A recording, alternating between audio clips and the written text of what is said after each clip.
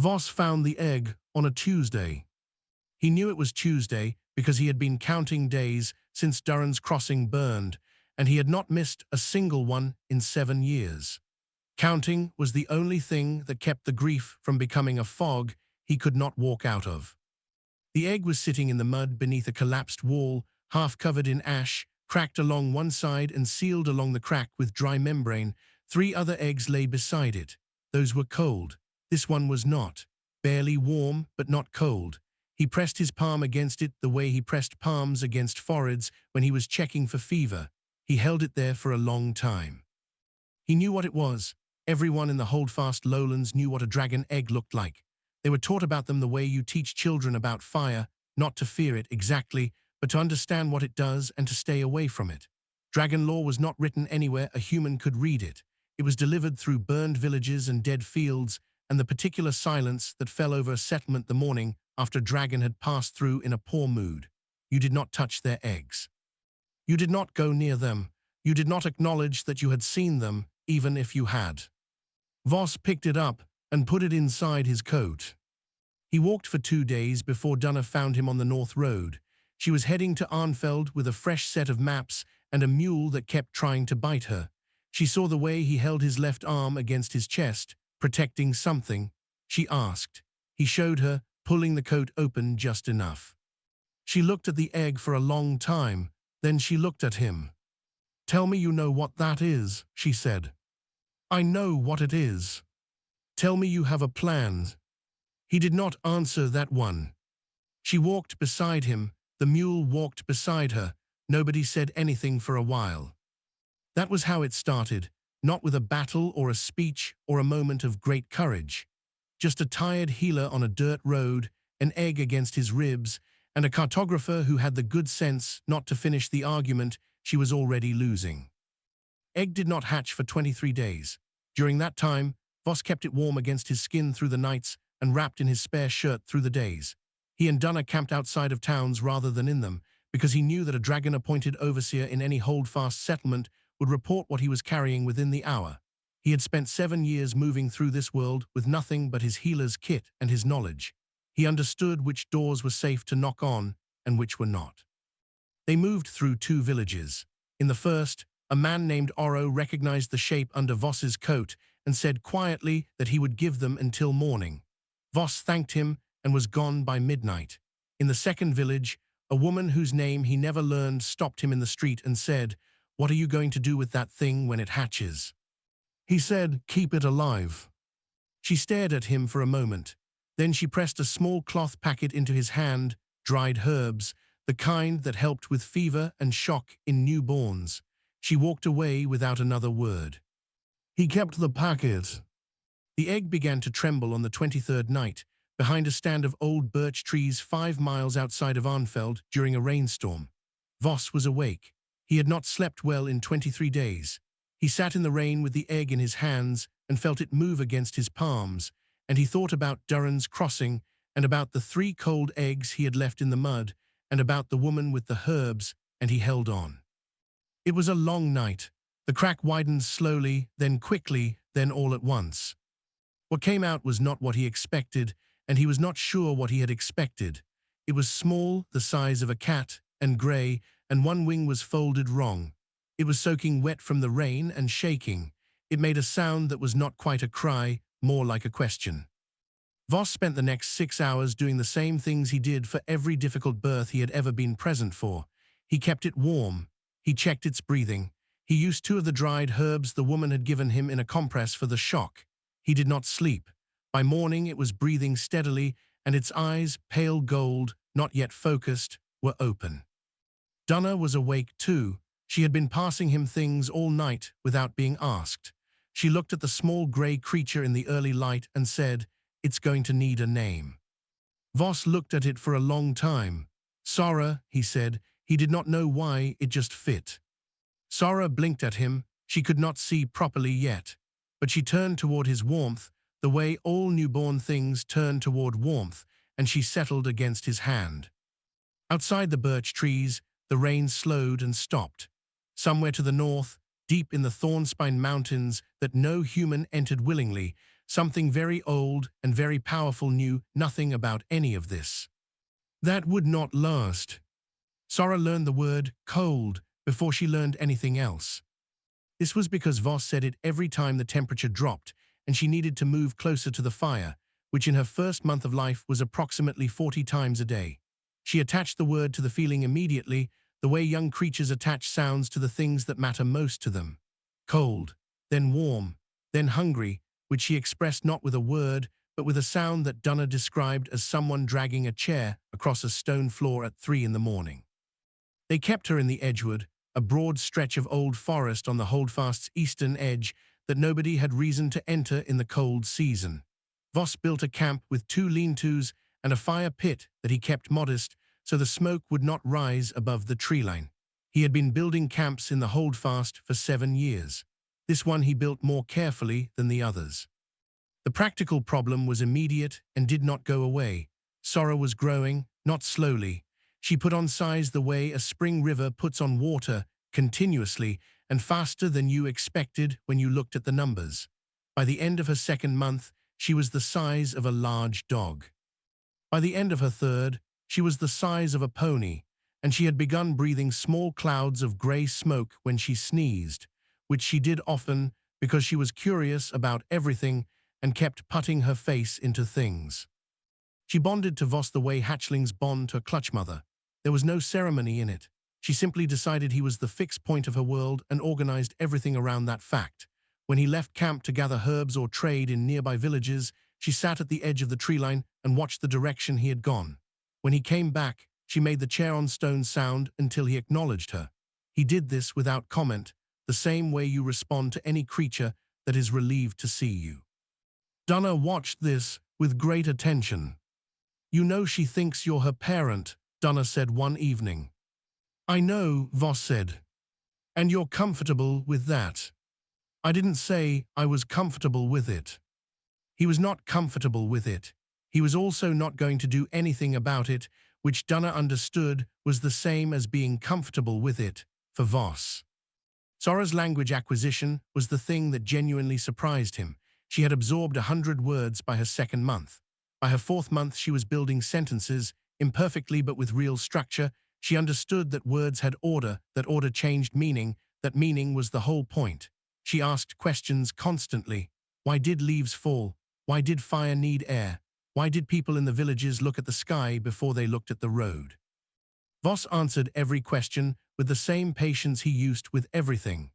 Dunna said once that watching him explain the water cycle to a 4-month-old dragon was the strangest thing she had seen in 43 years, which was saying something, because she had once seen a man try to negotiate with a river. The danger came from 2 directions. The first was a dragon scout, a young male on a territorial loop through the eastern holdfast, who passed near the Edgewood in Sora's 5th month and caught her scent on the wind. He circled twice. He did not land. He moved on. Voss had been watching through a gap in the trees. He watched the scout circle and move, and he sat down on a log and pressed his hands together and waited for the shaking to stop. He told Dunna that night. She had already guessed. "They'll send something bigger," she said. "Yes. How long do we have?" "Weeks, maybe. Depends on how quickly the scout reports and how much Vayek cares." Dunna looked at the fire. "And who is Vayek?" "The one who authorized the cinderfall." She was quiet for a moment. "Then we have days, not weeks." The second direction of danger was simpler and more human. Word travels in the holdfast the way cold travels, through any gap, under any door. Voss was not invisible. He passed through villages, traded, left impressions on people. And now people were talking about a healer in the Edgewood who was keeping a dragon in the trees. Most people stayed away. Some people came to look from the road at a distance, the way you look at a thing you cannot quite believe. One man came to the edge of the tree line with an axe and stood there for a while and then went home. Nobody came for Voss with official intent, which meant the dragon-appointed overseers in the nearest settlements either had not heard or had decided the situation was above their authority to address.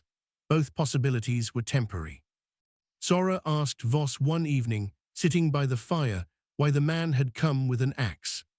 He told her, because she was a dragon and dragons had hurt people and people were afraid. She considered this for a long time. The fire made her eyes look brighter than they were. She said, "Have I hurt people?" He said no. She said, "Then why are they afraid of me?" He said, "Because they don't know you yet. They know what you are. Knowing what someone is and knowing who they are, those are different things. Most people never learn the difference." She put her head down on her forelimbs. She was quiet for a long while. Then she said, "Is that why you picked up the egg? Because you knew who I was before I was anything?" He had no answer for that. He sat with the question the way he sat with things he could not solve. The fire burned low. Somewhere in the thornspine, something old and powerful was receiving a report. Voss began quietly planning which direction they would run. The village of Orvast did not appear on any of Dunna's maps. This was because Dunna had not been this far north before, and Orvast was the kind of settlement that did not announce itself. 11 families built into the base of a ridge, living off root crops and river fish, and a stubborn collective refusal to accept that their situation was as bad as it was, which it was, badly. A lung sickness had been moving through the children for 2 winters, and they had no healer and no money for one, and 4 children had already not survived the 2nd winter, and the adults in the village were doing what people do when they cannot stop something. They had stopped talking about it. Voss recognized the sickness the moment he saw the first child. It was a chest infection that had gone chronic, entirely treatable. He had the herbs for it in his kit, and the knowledge for it in his head, and the time for it. Technically, he did not have the time for it, because Dunna had confirmed that they had at most 4 days before the scouts' report reached Vayek's senior dragons, and something was sent to investigate the Edgewood. 4 days to cover the remaining distance to the Thornspine boundary, where Voss had decided, for lack of a better plan, they were going to go. He stopped anyway. Dunna did not argue. She had stopped arguing with Voss about this particular quality of his, because she had understood by now that the arguments did not change anything and only cost her breath. Sora, who was traveling hidden in the tree cover parallel to the road, did not understand why they stopped. Voss explained it to her the same way he explained everything, plainly. "People are sick. I know how to help, so I'm helping." Sora watched from the tree line as Voss went into Orvast and spent 4 days teaching the village's one semi-trained elder everything he knew about the lung sickness, the preparation of the herbs, the dosing by weight, the signs that told you a child was getting worse before the obvious signs showed. He sat with 4 sick children, and he treated them directly, and he watched them begin to improve, and then he taught the elder how to continue what he had started. 4 days, they lost 4 days. They left before dawn on the 5th day, moving fast, Sora keeping low and staying in the ridgeline shadows above them, and they almost made it. The 2 dragons came from the north, dropping out of a grey morning sky with the easy efficiency of creatures that had been flying for centuries. They were large, not the largest Voss had ever heard of, but large enough that when they landed in the pass ahead, the ground made a sound Voss felt in his feet before he heard it in his ears. They were deep brown with bronze underscales, their eyes the color of old amber. They looked at Voss and Dunna the way you look at furniture. They looked at Sora differently. They spoke in the dragon tongue. Voss did not understand it. Sora did. She had been piecing it together since she was 3 months old from some place inside herself she could not fully explain, like remembering words in a language you were taught before you could form memories. She translated afterward, but he watched her face during the exchange and understood some of it from that. The 2 dragons, they did not give names, which Sora said was a formal signal of authority, told her she was in violation of 17 specific dragon laws. They told her she was to come with them. They told her the human and the cartographer were irrelevant to the matter and would not be harmed if they stepped aside. Sora said no. She said it in the dragon tongue, not loudly, clearly. The 2 dragons exchanged a look. Voss watched the look. He had been reading people's faces for 40 years. The look was not anger. It was confusion of a specific kind, the confusion of encountering something that does not fit the category you brought to it. Sora invoked a convocation rite. She had known the rite existed the way you know a word is real even before you find it in a dictionary. It had to exist. she said later, because every system of law has a process for contested existence, and dragon law was old enough to have thought of everything. She was gambling on that. She was right. The two dragons were obligated to honor the invocation. They said the convocation would be arranged. They said she would be expected at the hollowed peak within 30 days. They said her companions were permitted to attend as witnesses, which was itself unprecedented, but fell within the letter of an old provision that nobody had used in 200 years. They left. Voss sat down on a rock in the pass. He sat there for a while. Dunna poured water from her flask into her palm and drank it slowly and did not look at anyone. He said to Sora, "How did you know that right existed?" She said, "I didn't know, I thought it had to, there's a difference." He thought about that, then he said, "That is the most human thing you have ever done." She made a sound that might have been a laugh, if dragons could laugh, which Voss was beginning to think they could. She turned and looked at the road ahead of them, the road that now led directly into the heart of dragon territory, into a gathering of the oldest and most powerful creatures on the continent, where two humans and one undersized, scarred, wrong-winged dragon were going to make some kind of case for their right to exist. "We should keep moving," she said. Her dragon tongue accent gave her human speech a slight gravel at the back of each vowel. "If we're going to do something this stupid, we should do it on time." Dunna capped her flask. "Finally," she said, "something I can agree with." They walked north, into the cold, toward the mountains. The hollowed peak was so large that it had its own weather. Cloud formed near the ceiling of it. The walls were not carved, they were worn smooth by centuries of wing beats and the heat of dragon breath in winter. 40 adult dragons fit inside it without crowding. Today there were 31. They filled the space the way mountains fill a horizon, absolutely and with complete indifference to whatever stood at the bottom of them. Voss stood at the bottom of them. He had told himself on the walk up that he would not let the size of the chamber into his chest. He managed this for about 4 seconds after entering. Then he let it in, and he breathed through it, and he stood straight, because there was nothing else practical to do. Vayek was at the center of the far wall. Voss had built a picture of him from rumor and fear and the shape of burned villages. The picture had been wrong in one specific way. Vayek was not loud. He was the quietest thing in the room. He was so old that his scales had gone the color of deep water, almost black, shot through with dark blue, and he watched Sora enter the hollowed peak with the focused attention of a being who had not been genuinely interested in something for a very long time. The convocation had 3 questions. Sora answered them standing without flinching, and Voss watched her do it with something in his chest he could not have named if he tried. What was she? A dragon. She did not apologize for what she lacked or explain away her scarred wing or her 3 horns instead of 5. A dragon, fully, assembled differently. Where did her allegiance fall? To the truth of what was in front of her, not to dragonkind as an abstract, not to humanity as a category, to what she could actually see. What did she intend? To exist. And then, and this was the moment the room changed, to ask why her existence was a crime. She talked about Orvast. She talked about 4 sick children and 1 old healer stopping a dangerous journey to spend 4 days in a village that could not pay him, teaching a stranger everything he knew so the children would not die. She asked the convocation, what dragon had ever done that? Not from tribute, not from law, not from any calculation of return, just because the children were sick and the knowledge was available. She was not angry when she said it. She was genuinely asking. That was the part that hit hardest. The room could have dismissed anger. It could not easily dismiss a real question asked by something that was undeniably one of them and undeniably something else at the same time. Vayek said nothing during any of it. 2 older dragons, Voss would learn their names later, Pella and Horst, were visibly rigid. Several younger ones were very still in the particular way of creatures who are hearing something they will not forget. Vayek adjourned the convocation before it collapsed into something worse. He said it would reconvene.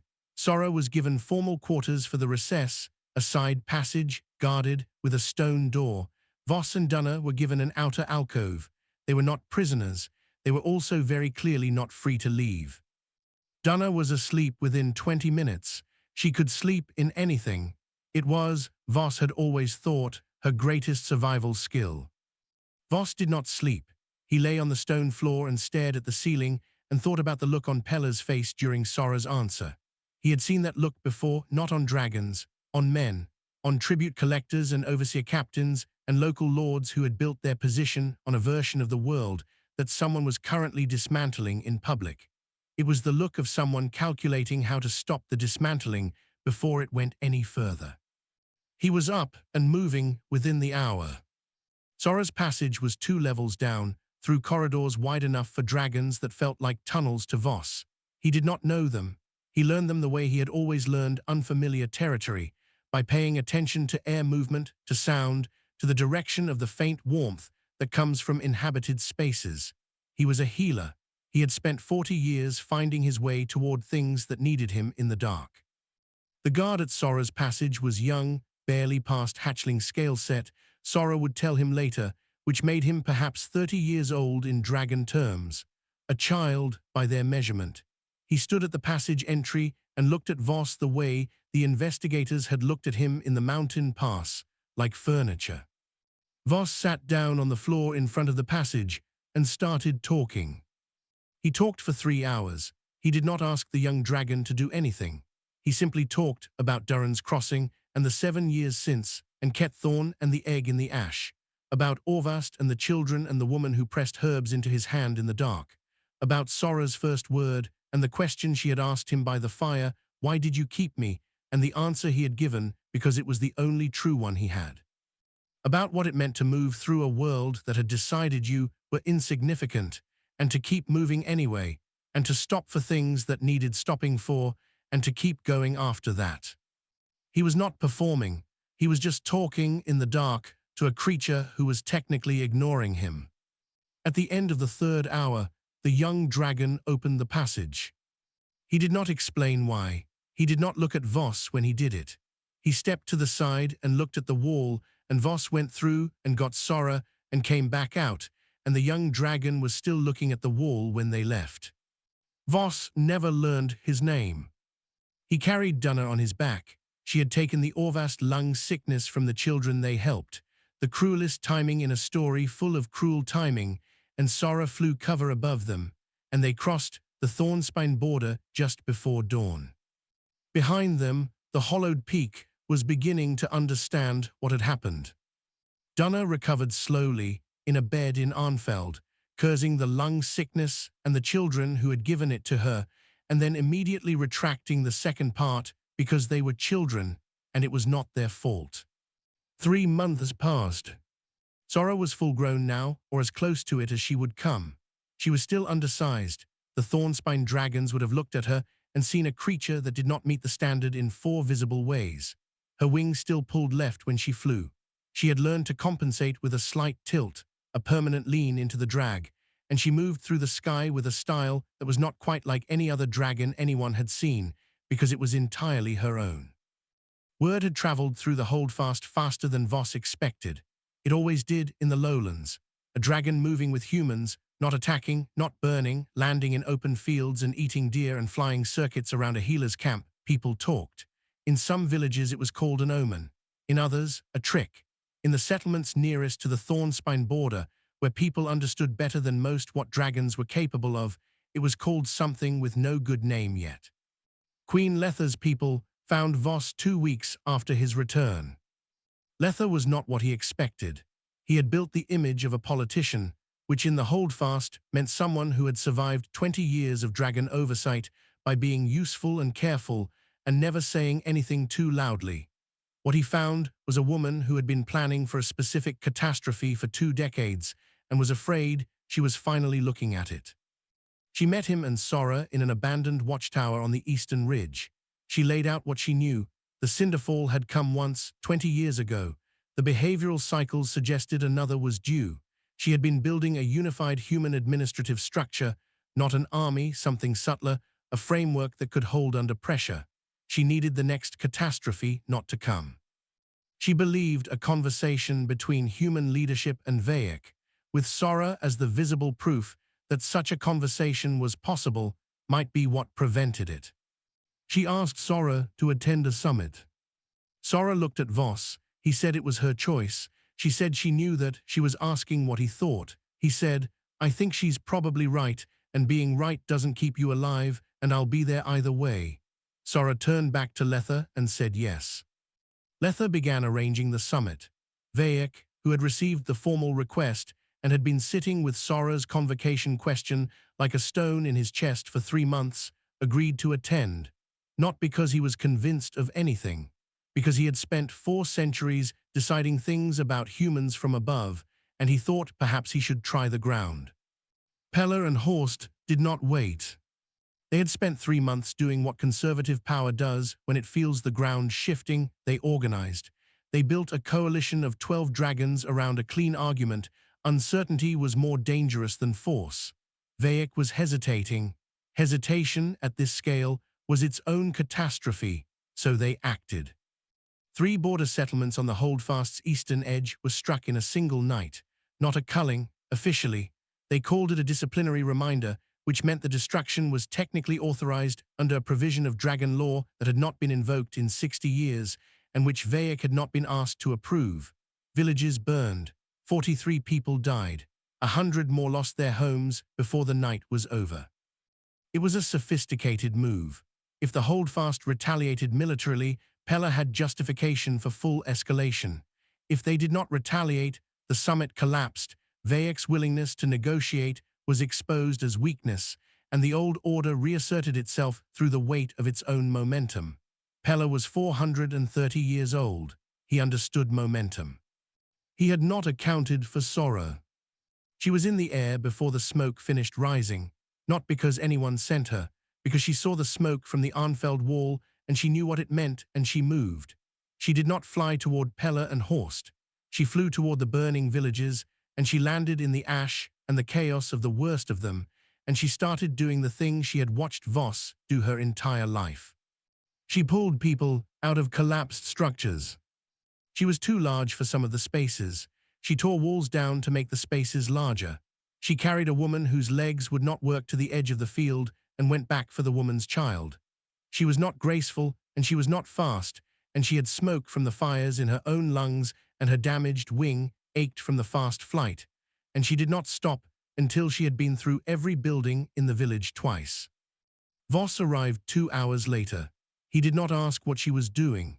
He set up triage at the field edge, and they worked side by side until dark, and then past dark, and then until there was nothing left to do except sit in the ash and be tired together. The summit happened in the ruins of the Eastern Watchtower, not the clean diplomatic meeting Letha had planned, but something rower.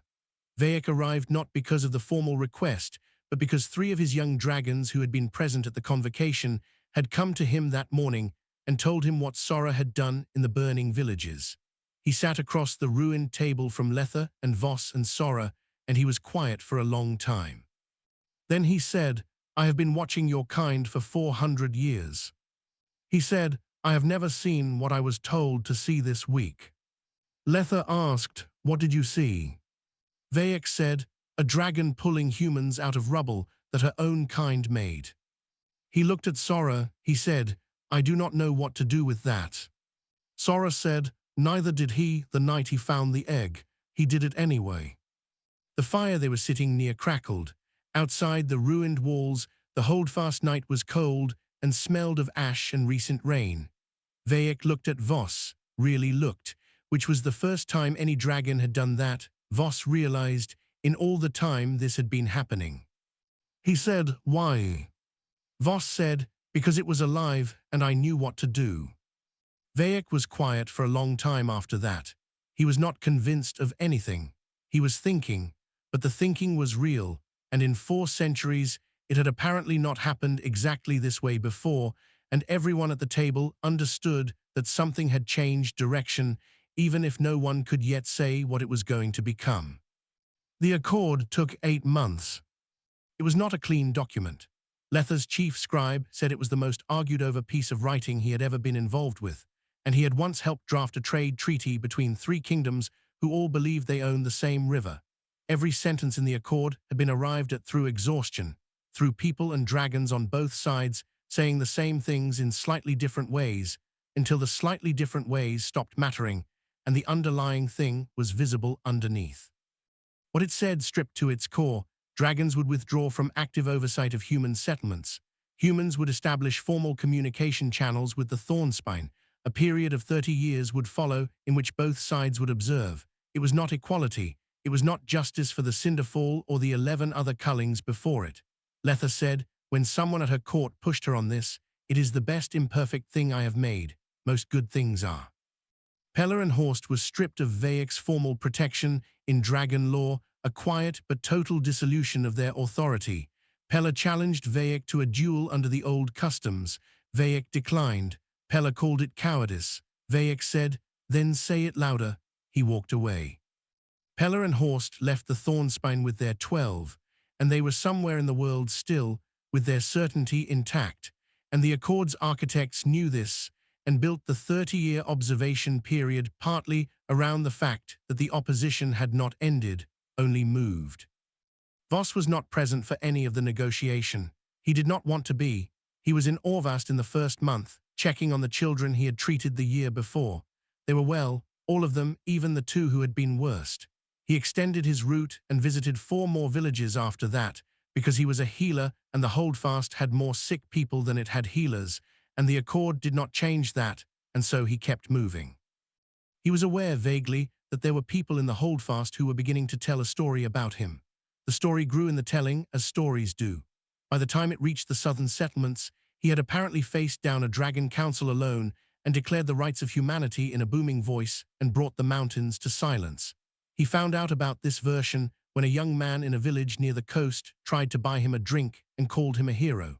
He drank the drink. He did not correct the young man. Heroes are a kind of tool that communities build for themselves, and the tool serves its purpose regardless of whether the person at the center of it is accurate. The truth was simpler. The truth was always simpler. Donna wrote it down. She had been writing since the Edgewood, in a journal she carried in the same oilskin she used for her maps. She was a cartographer, not a historian. She understood territory, not narrative, but she had figured out that both of them were the same job at different scales. She spent the months of the negotiation writing a full account of everything she had seen, from the shape of the egg against Voss's coat to the look on the young dragon's face when he opened the passage wall. She did not make Voss a hero.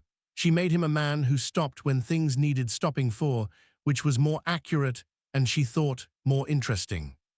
She gave copies to Letha's archivists, to Vayek's delegation, and to the elder in Orvast, because the elder had asked, and because he had earned it.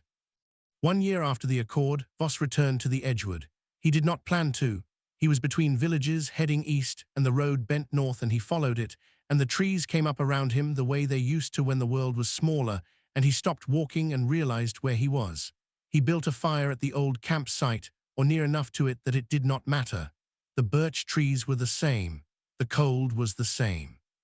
The particular quiet of a forest that has been left alone for a long time was the same. Sora found him near dark. He heard the wind change first, the pressure shift that came when something large moved through the air nearby. Then she landed in the clearing, folding her left wing in its familiar dragging way, settling herself with the easy heaviness of a full-grown creature who had learned to be comfortable in her own size. She was bigger than the clearing had space for technically. She arranged herself around the edges of it, her chin near the fire. He asked how she was. She said she was fine. She said the world was strange right now, which was true. Both sides of the Accord were still learning what the new shape of things felt like, the way you learn the shape of a healed bone, which is almost the same as the old shape but not quite. He said the world was always strange right now. She said, "I know, you always say that." They sat for a while. The fire burned. Somewhere in the dark, an owl made its specific kind of quiet noise. Voss said, "I still don't know if I did the right thing." He meant all of it. The egg, the 23 days, the camp, the Thornspine. He meant the whole thread of decisions that had started in the ash of a burned village and run forward without a plan until it was here, and he was here, and the world was the shape it was, and not the shape it had been. Sora did not tell him he had. She knew him well enough to know that was not what he was asking for. She thought about it for a while, the way she thought about things slowly, with her eyes half closed, as if the answer was something she was reading in the fire. She said, "You did what was in front of you. That's the only kind of right there is." He looked at the fire, he nodded once, he did not say anything else. She settled her chin closer to the warmth. He pulled his coat tighter. The Edgewood was quiet around them, old and cold, and completely indifferent to the fact that two scarred and imperfect creatures had, between them, moved the world a degree in a new direction. They had not done it with fire or force or the kind of power that gets recorded in the formal histories. They had done it the way water changes stone, by being present, consistently, in the place they were needed, long enough for something permanent to happen. Outside the tree line, in the holdfast villages and the thorn-spine passages and 100 settlements in between, people and dragons were beginning the slow work of learning what the other actually was. It would take more than 30 years. It would take more than one generation on either side. It would be imperfect and contested and sometimes frightening. But it had started in a ruined village on a Tuesday, with one man pressing his palm against a cracked egg in the mud. He had not known it would become anything. He had only known it was alive, and he knew what to do with things that were alive. That had been enough. That had, it turned out, been everything.